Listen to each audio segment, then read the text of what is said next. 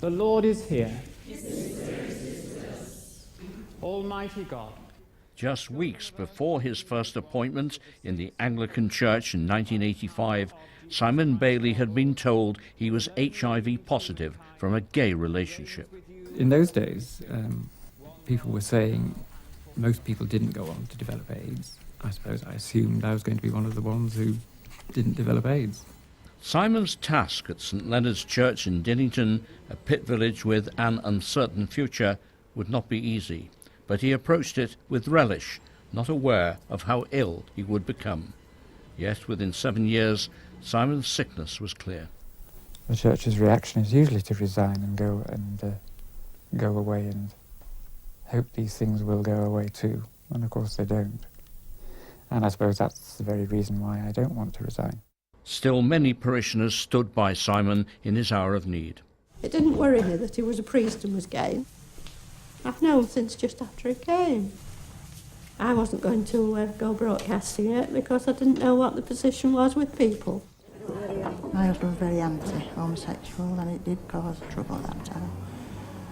But I didn't stop going to church even though my husband did. The Lord is here.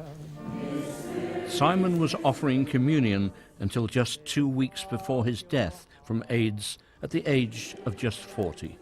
John Cundy, BBC Look North, Dinnington.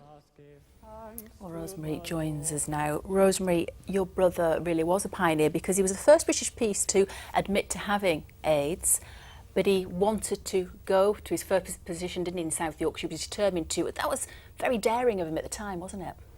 I think so. That was his decision to stay in his parish. It had happened before. There were other priests who'd had to leave and been quietly sort of pensioned off and looked after by the church, of course. But for him, it was important to stay because that was his whole life. That was why he was there, and he felt very strongly that he needed to stay there. And he'd already by then been there long enough to have established a really close and very loving relationship with so many people there that when he finally came to the point where he needed their support, they were ready to do so. And to me, that's the most remarkable and thing that that I think it's really important to remember is the way the community looked after him.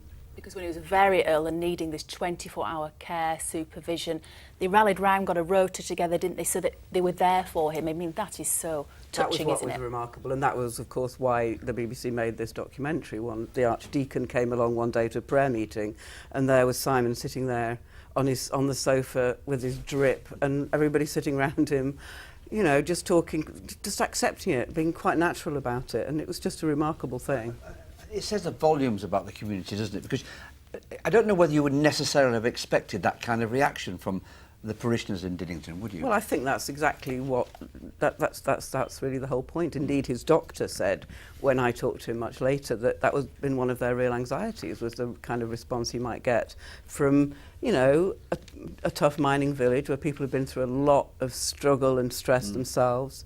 How sympathetic would they be? But in the end, perhaps, I don't know, maybe that's why they were so supportive. They'd been through a lot themselves, and he'd been very supportive of them also, both in terms of his traditional ministry and also setting up, there was a miners' memorial. I mean, the pit had gone. It would have been that whole history would have gone, but now there's a permanent memorial in the church to the miners that died there. And I think all of that worked towards creating a community feeling. Briefly, Rosemary, the community accepted him, but he found it difficult to tell your parents, didn't he? He found that very hard. Well, actually, it's a bit... I mean, my father had died just at about the same time that Simon started to get ill enough for it to become apparent that he was ill. So I think those things might have been connected.